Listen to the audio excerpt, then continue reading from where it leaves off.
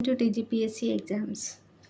మనం ప్రీవియస్ వీడియోలో నిజాం కాలంలో ఉన్న ముఖ్యమైన సంస్థల గురించి మనం 25వ బిట్ దాకా మనం డిస్కస్ చేశామండి. ఇప్పుడు మనం 26 బిట్ నుంచి మనం డిస్కస్ చేస్తాం ఈ వీడియోలో. సో 26 బిట్ వచ్చేసరికి మనకి 1948లో దారుస్థానంలో జరిగిన మీటింగ్లో కాసిం రజ్వీ ఏమని ప్రకటించాడు అనంటే, ఎర్రకోటపై అసఫ్జాహీ పథకాన్ని ఎగరవేయగలనని ప్రకటించాడండి. అంటే మనకు 1948 అంటే మనకు 47లోనే గదండీ ఇండియాకి ఇండిపెండెన్స్ వచ్చింది. సో 47లో ఇండిపెండెన్స్ వచ్చినాక నెక్స్ట్ ఇయర్ అప్పుడు గూడా ఈయన ఏమంటున్నాడంటే, అంటే ఇండియన్ ఫ్లాగ్‌ని ఎగరనీయం మేము. ఏమంటారు? ఇండియన్ ఫ్లాగ్‌ని మేము ఎగరనీయము. అసఫ్జాహీల పథకాన్ని అంటే నిజాంల పథకాన్ని మాత్రమే ఎగరవేస్తాం మేము. అంటే మాకు ఇండియాకి వచ్చిన ఇండిపెండెన్స్ ఇష్టం లేదు. మేము ఇండియాలో అన్న ఉద్దేశంతోటిన మనకి ఎర్రకోటపై అసఫ్జాహీ పథకాన్ని ఎగరవేయగలనని ఈయన ప్రకటించాడండి. ఎక్కడ అంటే దారుస్థలంలో జరిగిన మీటింగ్‌లో. ఎవరు అంటే కాసిం రజ్వీ అండి. ఏ ఇయర్ అంటే 1948లో.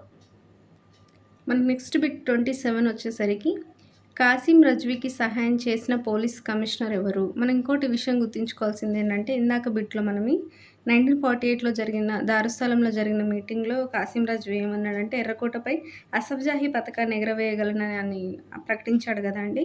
మనం ముందేం డిస్కస్ చేశాము, రజాకార్లు నిజాంకి వ్యతిరేకంగా పనిచేశారు కొంత టైం వరకి అని అనుకున్నాం గదండీ. కానీ ఇండియాకి ఇండిపెండెన్స్ వచ్చిన తర్వాత వీళ్ళు మనసు మార్చుకున్నారు. అప్పటిదాకా కొంచెం నిజాంకి వ్యతిరేకంగా ఉన్న రజాకార్లు కాస్త నిజాంకి సపోర్టివ్‌గా మారారండి. ఎందుకనంటే, ఒకవేళ వీళ్ళు గూడా నిజాంకి వ్యతిరేకంగా పనిచేస్తే గనక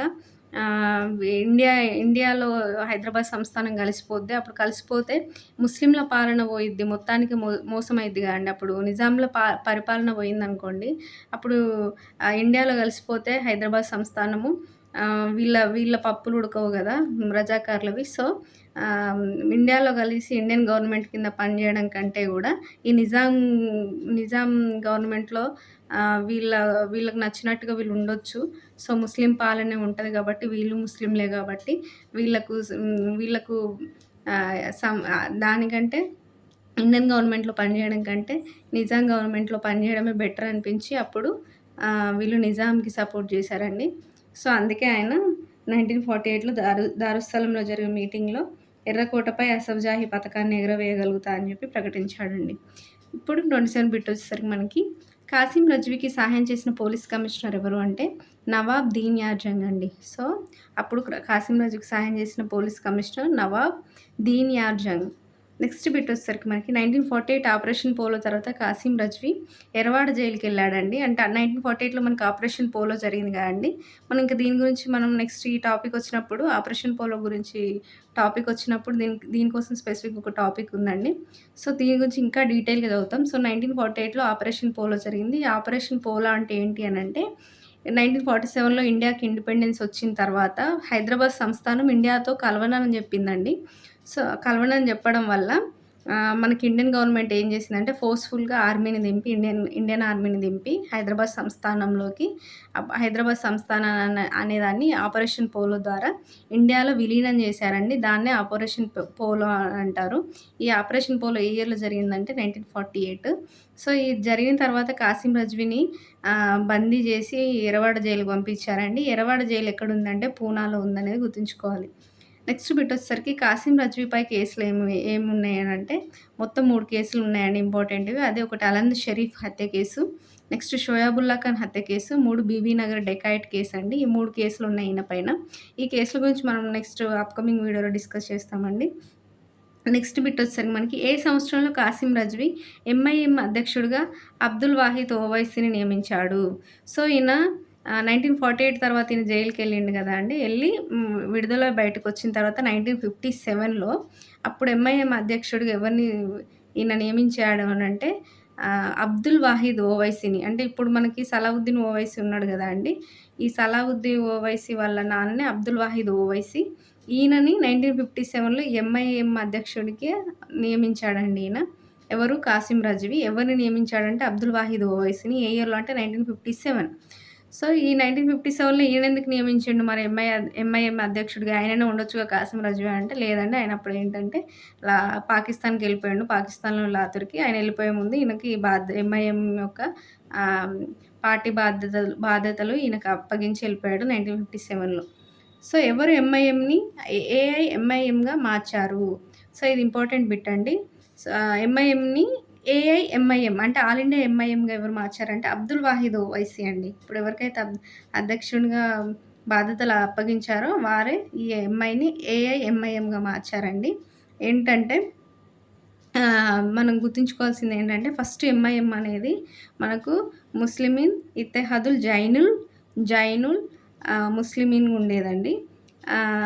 1927లో ఏర్పడినప్పుడు. తర్వాత 2 ఇయర్స్ తర్వాత 1929లో మనకి జైనుల్ అనే పదాన్ని తీసేసి జస్ట్ ఎంఐఎంగా మార్చారని మనం చదువుకున్నామండి. తర్వాత మనకి ఈ ఎంఐఎంని ఏఐఎంఐఎంగా మార్చారు. ఈ ఏఐఎంఐఎంగా మార్చింది ఎవరంటే అబ్దుల్ వాహీద్ ఓవైసీ. ఏఐఎంఐఎం అంటే ఫుల్ ఫామ్ ఏంటంటే సారీ అండి. ఆల్ ఇండియా మ మజ్లిస్ ఇత్తెహాదుల్ ముస్లిం అని అర్థమండి. ఈ ఏఐఎంఐఎం అనంటే. సో, దీన్ని ఇలా మార్చింది ఎవరు అంటే అబ్దుల్ వాహీద్ ఓవైసీ. ఇక్కడ మనం గుర్తుంచుకోవాల్సిన విషయం ఇంకోటేంటంటే, ఈ అబ్దుల్ వాహీద్ ఓవైసీ అరెస్ట్ అయిన తర్వాత ఆయన కుమారుడైనటువంటి ఈ సలావుద్దీన్ ఓవైసీ ఇప్పుడు ఏఐఎంఐఎంకి అధ్యక్షుడిగా ఉన్నాడండి. వాళ్ళ నాన్న అరెస్ట్ అయ్యాక. సో, నెక్స్ట్ బిట్ వచ్చేసరికి మనకి షామంజిల్ దుర్ఘటన. సో, ఇప్పుడు మనం ఇప్పుడు రజాకార్ల టైంలో జరిగిన మారణ హోమాలు గానీ, దుర్ఘటనలు గానీ మనం డిస్కస్ చేస్తామండి ఈ బిట్ నుంచి. సో, అందులో ఫస్ట్ వచ్చేసరికి మనకి షామంజిల్ దుర్ఘటన. ఈ షామంజిల్ దుర్ఘటన ఏ ఇయర్‌లో జరిగిందంటే 1945లో జరిగిందండి.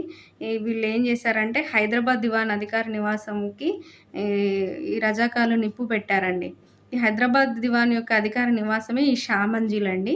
సో, దీనికి రజాకార్లు నిప్పు పెట్టారు. ఏ ఇయర్‌లో అంటే 1945 అండి. అందుకే దీన్ని షామంజిల్ దుర్ఘటన అంటారండి.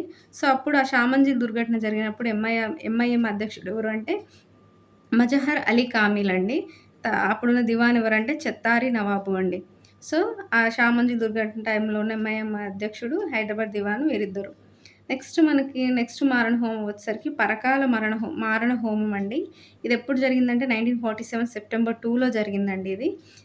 పరకాల మారణ హోమాన్నే మనము మరో జలియన్ వాలాబాగ్ అని గూడా పిలుస్తామండి పరకాల మారణ హోమాన్ని. ఎప్పుడంటే 1947 సెప్టెంబర్ 2లో జరిగింది.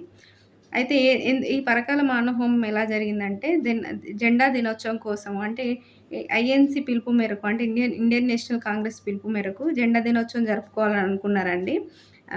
కరీంనగర్‌లో ఉన్న పరకాల గ్రామస్తులు. సో, వాళ్ళేంటంటే ఆ పరకాల గ్రామస్తులు త్రివర్ణ పతాకంతోటి ఊరేగింపుగెళ్ళిరండి. జెండా దినోత్సవం జరుపుకోవాలని జెప్పి త్రివర్ణ పతాకంతో ఊరేగింపుగా ఎళ్ళినారు. ఆ ఊరేగింపు మీద పోలీసులు ప్లస్ రజాకార్లు కాల్పులు జరిపారండి. సో, పోలీసులు ప్లస్ రజాకార్లు ఇద్దరు కాల్పులు జరపడం వల్ల చాలామంది చనిపోయినరండి. ఈ సంఘటన ఎక్కడ జరిగిందంటే కరీంనగర్‌లోని పరకాల గ్రామంలో జరిగింది కాబట్టి పరకాల మారణ హోమం అన్నారండి. దీనికే ఇంకొక పేరు మరో జలియన్ వాలాబాగ్. ఏ సంవత్సరం అంటే 1947 సెప్టెంబర్ 2లో జరిగింది. నెక్స్ట్ బిట్ వచ్చేసరికి ఈ ఊరేగింపుకు నాయకత్వం వహించింది ఎవరు? ఎవరు వహించారు అంటే దగ్గు వీరగోపాల్ అనే వ్యక్తి మనకి జెండా దినోత్సవం కోసం ఈ త్రివర్ణ పతాకం ఊరేగింపు జరిగింది గదండీ! దీనికి ఈయన నాయకత్వం వహించాడు. నెక్స్ట్ బిట్ వచ్చేసరికి ఈ మారణ హోమంలో ముఖ్యమైన అమరుడు ఎవరు? సో, చాలామంది చనిపోయారు అనుకున్నాం గానండి పరకాల మారణ హోమంలో. అందులో ముఖ్యమైన అమరుడు ఎవరు అంటే చిటికేసి శ్రీశైలం అండి. చిటికేసి శ్రీశైలం ఉంది జూకల్లు గ్రామం అండి. సో, ఆయన ఈ మారణ హోమంలో చనిపోయాడు. మనం ఇంకా గుర్తుంచుకోవాల్సిన విషయం ఏంటంటే ఈ పరకాల మారణ హోమంలో సుమారుగా 200 మంది గాయపడారని మనకెవరు ప్రకటించారంటే కరీంనగర్ ఎస్పీ మహమ్మద్ అబ్దుల్ హఫీజ్ మనకు ప్రకటించాడండి. సుమారు 200 మంది గాయపడ్డారు ఈ పరకాల మారణ హోమంలో అని జెప్పి. నెక్స్ట్ బిట్ వచ్చేసరికి కాల్పులు జరిగిన ప్రాంతం ఇప్పుడు అమరధామంగా పిలుస్తున్నారండి. ఆ పరకాల మారణ హోమం జరిగిన ప్రాంతాన్ని ఇప్పుడు మనం ఏమని పిలుస్తున్నామంటే అమరధామం అని పిలుస్తున్నామండి. సో, ఇక్కడ ఇంకా గుర్తుంచుకోవాల్సిన విషయం ఏంటంటే ఈ అమరధామం అనే ప్లేస్‌లో విద్యాసాగర్ రావు ఒక స్తూపం నిర్మించాడండి. ఎక్కడ అంటే అమరధామం అనే ప్లేస్‌లో. ఎందుకంటే ఇక్కడ కాల్పులు జరిగి చాలామంది చనిపోయారు కదండీ! పరకాల మారణ హోమంకి గుర్తుగా ఈయన విద్యాసాగర్ రావు అనే వ్యక్తి ఇక్కడ ఒక స్తూపాన్ని నిర్మించాడు. నెక్స్ట్ బిట్ వచ్చేసరికి మనకి బీబీ నగర్ సంఘటన అండి. సో, మనం ఇప్పుడు చామంజి దుర్ఘటన చదువుకున్నాం. పరకాల మానహోమం చదువుకున్నాం. ఇప్పుడు బీబీ నగర్ సంఘటన అండి. అసలు ఈ బీబీ నగర్ సంఘటన అంటే ఏంటంటే ఇది 1948లో జరిగిందండి. ఎప్పుడంటే జనవరి 10. ఆ రోజు ఏమైంది అనంటే కాసిం రజ్వీ ఈయన ఉన్నాడు గదండీ! ఎంఐఎం ఒక అధ్యక్షుడు. ఆయన ఒక వివాహ మహోత్సవానికి హాజరైతే అక్కడికి ఆయనతో పాటు ఎళ్ళిన రజాకార్లు ఏం జేశారంటే అక్కడున్న హిందూ కుటుంబాలపైన దాడి జేశారండి. దీన్నే మనం బీబీ నగర్ సంఘటన అంటామండి. ఏ ఇయర్‌లో జరిగిందంటే 1948లో జరిగింది. మనకి నెక్స్ట్ బిట్ వచ్చేసరికి 38 అండి. షోయబుల్లా ఖాన్ హత్య ఎప్పుడు జరిగింది? షోయబుల్లా ఖాన్ అనే వ్యక్తి ఎవరు అంటే అసలు ఇమ్రోజ్ అనే పత్రిక యొక్క సంపాదకుడండి ఈయన. ఈ ఇమ్రోజ్ పత్రిక యొక్క సంపాదకుడైనటువంటి షోయబుల్లా ఖాన్‌ని 1948 ఆగస్టు 21 రోజు చంపేశారండి. ఎవరు చంపేశారంటే రజాకార్లే చంపేశారండి. ఎందుకు చంపేశారంటే ఈయన రజాకార్ల గురించి వ్యతిరేకంగా వార్తలు ప్రచురించాడు ఈ ఇమ్రోజ్ పత్రికలో. అందుకని చెప్పి షోయబుల్లా ఖాన్‌ని రజాకార్లు చంపారండి. ఎప్పుడు అంటే 1948 ఆగస్ట్ అండి. ఆగస్ట్ 21. నెక్స్ట్ బిట్ వచ్చేసరికి మనకి షోయబుల్లా ఖాన్‌ని స్మరిస్తూ ధవల శ్రీనివాసరావు రచించిన గీతం ఏంటి? సో, షోయబుల్లా ఖాన్‌ని స్మరిస్తూ ధవల శ్రీనివాసరావు అనే ఈ వ్యక్తిని గుర్తుంచుకోవాలండి. ఈ ధవల శ్రీనివాస్ వ్యక్తి రచించిన గీతం ఏంటి అంటే ఆయన ఒక పాట రాశాడండి. ఏంటంటే 'కన్నీటి కానుక పోలీస్ చర్య' అనే గీతాన్ని ఈయన రచించాడండి. ఎవరు? ధవల శ్రీనివాసరావు. ఏంటంటే 'కన్నీటి కానుక పోలీస్ చర్య' అని. అంతేకాకుండా ఈ షోయబుల్లా ఖాన్ యొక్క గుర్తుగా మనకు మలక్‌పేట్ లైబ్రరీకి షోయబుల్లా ఖాన్ పేరుతో లైబ్రరీని నిర్మించిండండి. మలక్‌పేట లైబ్రరీనే మనం షోయబుల్లా ఖాన్ లైబ్రరీ అని పిలుస్తామండి ఈయన గుర్తుగా. నెక్స్ట్ బిట్ వచ్చేసరికి మనకి రేణిగుంట సంఘటన. ఈ రేణిగుంట సంఘటన ఎప్పుడు జరిగిందంటే ఇది 1948 మే 4న జరిగిందండి. ఈ రేణిగుంట అనేది మనకు భువనగిరిలో రేణిగుంట అనే గ్రామంలో జరిగింది. ఎవరెవరికి అంటే రామిరెడ్డి అనే వ్యక్తికి ప్లస్ రజాకార్లకు మధ్య జరిగిందండి. ఈ రామిరెడ్డి నేతృత్వం వహిస్తున్న ఒక గ్రూప్ ఆఫ్ పీపుల్ అంటే కామన్ పీపుల్ అండి వాళ్ళు. ఆ కామన్ పీపుల్‌కి నేతృత్వం వహిస్తున్న రామిరెడ్డి వర్సెస్ రజాకార్లకు మధ్య జరిగిన ఈ సంఘటనలో కొట్లాటలో మొత్తం 26 మంది చనిపోయారండి. దాన్నే రేణిగుంట సంఘటన అంటాం. ఈ రేణిగుంట సంఘటన ఎక్కడ జరిగిందంటే భువనగిరి జిల్లా రేణిగుంట అనే గ్రామంలో జరిగింది. ఏ ఇయర్ అంటే 1948 మే 4. నెక్స్ట్ సంఘటన వచ్చేసరికి వీర బైరాన్పల్లి సంఘటన అండి. ఇది కూడా చాలా ఇంపార్టెంట్. వీర బైరాన్పల్లి సంఘటన ఎప్పుడంటే ఇది కూడా 1948 ఆగస్ట్‌లో జరిగిందండి. ఈ వీర బైరాన్పల్లి ఎక్కడుందంటే మనకి బా సిద్దిపేట జిల్లాలో ఉంది అండి. బైరాన్పల్లి గ్రామ ప్రజలకి ప్లస్ రజాకార్లకి జరిగిన ఈ ఏమంటారు? కొట్లాటనే మనకి వీర బైరాన్పల్లి సంఘటన అండి. ఈ బైరాన్పల్లి గ్రామ ప్రజలకి ప్రజల మీద ఎవరెవరు కాల్పులు జరిపారంటే రజాకార్లు ప్లస్ పోలీస్ సైన్యాలు. అంటే వీళ్ళు ఒకవైపు రజాకార్లు, పోలీస్ సైన్యాలు ఒకవైపు, మనకు బైరాన్పల్లి గ్రామ ప్రజలు ఒకవైపు అండి. వీళ్ళిద్దరికి మధ్య జరిగిన ఈ సంఘర్షణలో మనకి ఇంచుమించుగా 100 మంది కంటే ఎక్కువ మంది మరణించారనేదే ఈ వీర బైరాన్పల్లి సంఘటన యొక్క ఫలితం అండి. 100 మంది కంటే ఎక్కువ మంది చనిపోయినారు. సో, ఇది చాలా పెద్ద భయంకర దుశ్చర్యగా అప్పుడు పేర్కొన్నారండి ఈ వీర బైరాన్పల్లి సంఘటనని. సో, ఈ వీర బైరాన్పల్లి సంఘటనలో రజాకార్లకు అండ్ పోలీస్ సైన్యాలకు నాయకత్వం వహించింది ఎవరు? అప్పుడు ఈ రజాకార్లకును, పోలీస్ సైన్యాలకు నాయకత్వం వహించింది ఎవరు అంటే మనకి భువనగిరి తాలూకా డిప్యూటీ కలెక్టర్ ఇక్బాల్ హుస్సేన్ అండి. ఎవరు అంటే భువనగిరి తాలూకా డిప్యూటీ కలెక్టర్ అయినటువంటి ఇక్బాల్ హుస్సేనే మనకి రజాకార్లకు, పోలీస్ సైన్యాలకు నాయకత్వం వహించాడండి ఈ వీర బైరాన్పల్లి సంఘటనలో. నెక్స్ట్ బిట్ వచ్చేసరికి వీర బైరాన్పల్లి దుర్ఘటన గురించి కాళోజీ ఏం చెప్పాడు? అంటే ఇక్కడ ఇది చాలా భయంకరమైన సంఘటన అనుకున్నాం కదండీ. అంటే 100 మంది కంటే ఎక్కువ మంది చనిపోయారు ఇక్కడ. దీని గురించి దుర్ఘటన గురించి కాళోజీ ఏమని వ్యాఖ్యానించాడు? ఏమని కవిత రాశాడంటే, కాలంబు రాగానే కాటేసి తీరాలి, కసి ఆరిపోకుండా బుసకొట్టుచుండాలి అనే కవిత రాశాడండి. అంటే కాలం వచ్చి మళ్ళా మన టైం వచ్చినప్పుడు దీనికి జరిగిన దానికి జరిగినంత మనం తీర్చుకోవాలి. అప్పటిదాకా కసి ఆరిపోకుండా మనం ఏమంటారు మర్చిపోకుండా ఉండాలి అనేది ఈ కవిత యొక్క సారాంశం. ఏం రాశాడు అంటే కాలంబు రాగానే కాటేసి తీరాలి, కసి ఆరిపోకుండా బుసకొట్టుచుండాలి అనే కవిత రాశాడు. ఎవరు రాశారు? కాళోజీ అండి. ఏ దుర్ఘటన గురించి రాశాడు అనేది ఇంపార్టెంట్. మనం ఇన్ని విషయాల గురించి డిస్కస్ చేసాం. ఇన్ని సంఘటనలు, దుర్ఘటనల గురించి. సో, అందులో ఇంపార్టెంట్ వీర బైరాన్పల్లి. ఇందులోనే 100 మంది కంటే ఎక్కువ మంది చనిపోయినారు. సో, ఈ వీర బైరాన్పల్లి సంఘటన గురించే కాళోజీ వ్యాఖ్యానించాడని గుర్తుంచుకోవాలి. కన్‌ఫ్యూజ్ అవ్వకూడదు.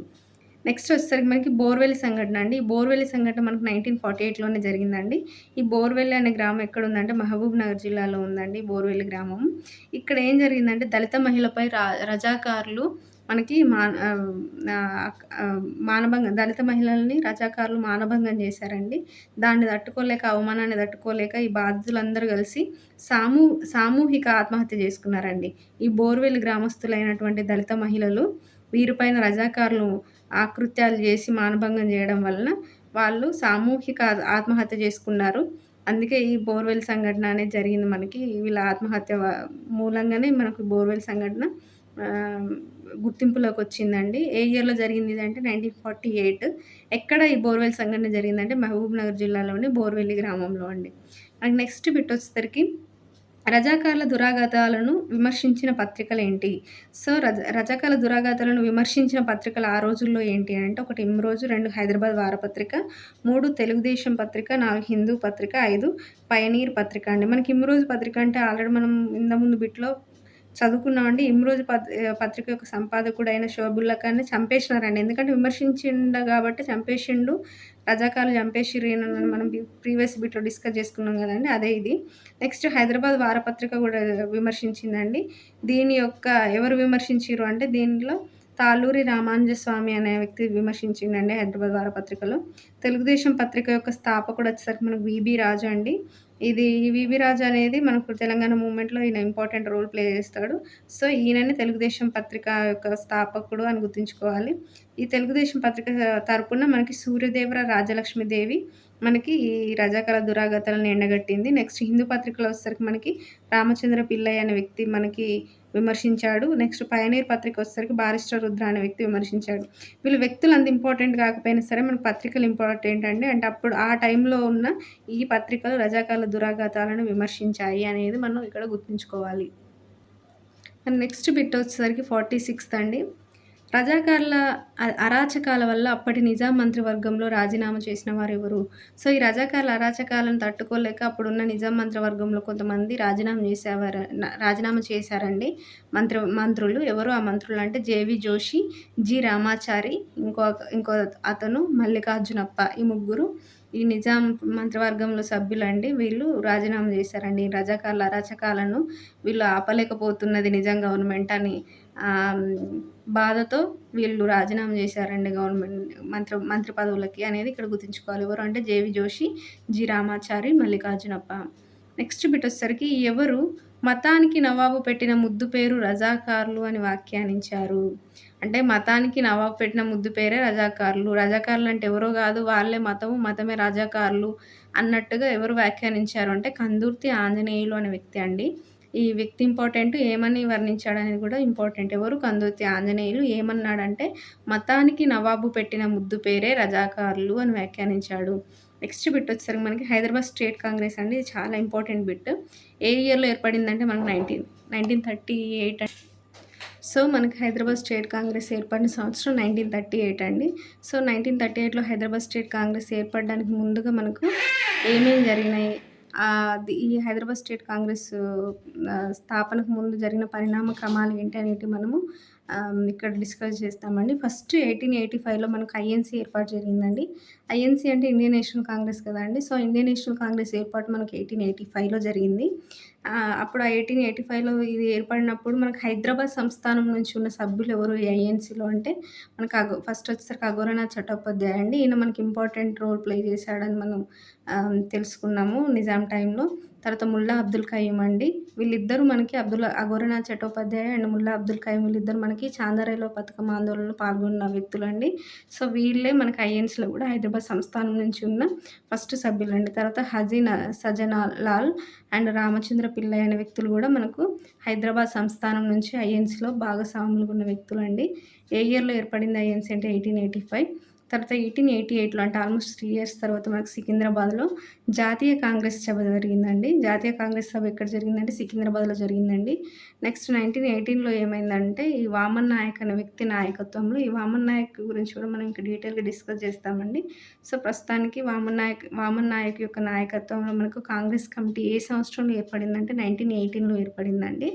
నెక్స్ట్ 1923 వచ్చేసరికి మనకి అఖిల భారత జాతీయ కాంగ్రెస్ మహాసభలు జరిగినాయండి. ఎక్కడ అంటే కాకినాడలో జరిగినాయి. ఏ ఇయర్‌లో అంటే 1923.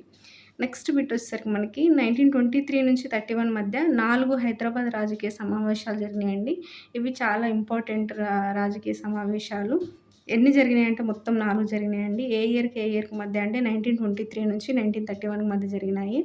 సో, ఎందుకు ఇవి ఇంపార్టెంట్ ఈ 4 హైదరాబాద్ రాజకీయ సమావేశాలు అనంటే, మనకి ఈ 4 హైదరాబాద్ రాజకీయ సమావేశాల ద్వారానే తర్వాత మనకు హైదరాబాద్ స్టేట్ కాంగ్రెస్ అనేది ఏర్పడిందండి. అంటే ఈ సమావేశాల మూలంగానే అంతిమంగా మనకు హైదరాబాద్ స్టేట్ కాంగ్రెస్ 1938లో ఏర్పడింది కాబట్టి, ఇవన్నీ ఈ హైదరాబాద్ స్టేట్ కాంగ్రెస్ యొక్క ఏర్పాటుకు ముందు జరిగిన ఇంపార్టెంట్ సంఘటనలండి. వీటన్నిటి మూలంగానే మనకి హైదరాబాద్ స్టేట్ కాంగ్రెస్ అనేది 1938లో ఏర్పడిందనేది ఇక్కడ మనం గుర్తుంచుకోవాల్సిన విషయం.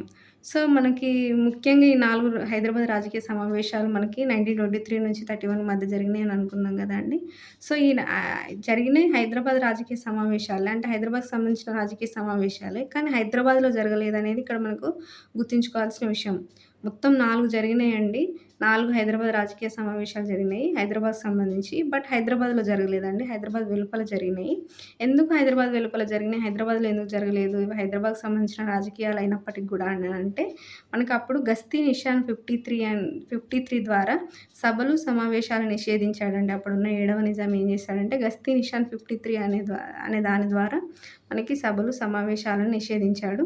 అందుకని జెప్పి మనకి హైదరాబాద్ రాజకీయ సమావేశాలు హైదరాబాద్ వెలుపల జరిగాయండి. ఎక్కడ జరిగినాయనేది మనం నెక్స్ట్ బిట్‌లో డిస్కస్ చేస్తాము. మొత్తం ఎన్ని అంటే 4. నెక్స్ట్ బిట్ వచ్చేసరికి మనకి హైదరాబాద్ రాజకీయ సమావేశాలు జరిగిన ఆ 4 ఏంటి? సో, మొత్తం మనం 4 జరిగినాయి అనుకున్నాం గదండీ! ఆ 4 ఏంటి? ఎక్కడ జరిగినాయి? ఏ ఇయర్‌లో జరిగినాయి అనేది ఇంపార్టెంట్ అండి. ఫస్ట్ మనకు 1923లో ఫస్ట్ హైదరాబాద్ రాజకీయ సమావేశం ఎక్కడ జరిగిందంటే కాకినాడలో జరిగిందండి. కాకినాడలో ఎవరి అధ్యక్షతన అంటే మాధవరావు అధ్యక్షతన. నెక్స్ట్ సమావేశం వచ్చేసరికి మనకి 1926లో జరిగింది. ఎక్కడ అంటే ముంబైలో జరిగిందండి. థర్డ్ వచ్చేసరికి మనకి 1928 ఎక్కడ జరిగిందంటే పూణేలో జరిగింది. ఫోర్త్ సమావేశం వచ్చేసరికి మనకి 1931లో అకోలాలో జరిగిందండి. అకోలాలో జరిగింది. సో, మొత్తం ఈ కాకినాడ, ముంబై, పూణే, అకోలా అనేవి ఇవన్నీ హైదరాబాద్ సంస్థానంలో భాగం కాదండి. హైదరాబాద్‌కి వెలుపల జరిగినాయని మనం ఆల్రెడీ డిస్కస్ చేసుకున్నాం కదా! సో, ఇక్కడ ఈ 4 ప్లేస్‌లలో మనకు 4 సమావేశాలు జరిగినాయని గుర్తుంచుకోవాలి. ఫస్ట్ సమావేశానికి అధ్యక్షత ఎవరు అంటే మాధవరావు. సో, ఈయన ఇంపార్టెంట్ కాబట్టి కాకినాడ సమావేశానికి అధ్యక్షత వహించింది మాధవరావు అన్న విషయాన్ని మనం గుర్తుంచుకోవాలి ఇక్కడ. నెక్స్ట్ మనం ఇక్కడ ఇంకా గుర్తుంచుకోవాల్సిన విషయం ఏంటంటే, ఈ 4 సమావేశాలే హైదరాబాద్ స్టేట్ కాంగ్రెస్ ఏర్పాటుకు స్ఫూర్తినిచ్చాయన్న విషయాన్ని మనం ఆల్రెడీ డిస్కస్ చేసుకున్నాం. ఇప్పుడు డిస్కస్ చేసుకుంటున్నాము. సో, ఈ 4 సమావేశాలన్నిటి మనకి హైదరాబాద్ స్టేట్ కాంగ్రెస్ ఏర్పాటుకు స్ఫూర్తినిచ్చాయి. మరి హైదరాబాద్ స్టేట్ కాంగ్రెస్ ఎప్పుడు ఏర్పడింది అనంటే, మనం ఆల్రెడీ డిస్కస్ చేసుకున్నాం 1938లో ఏర్పడిందని. సో, ఇక్కడికి మనకు 50 బిట్స్ కంప్లీట్ అయ్యాయండి. నెక్స్ట్ బిట్స్ మనం నెక్స్ట్ వీడియోలో కవర్ చేద్దాం. Thank you.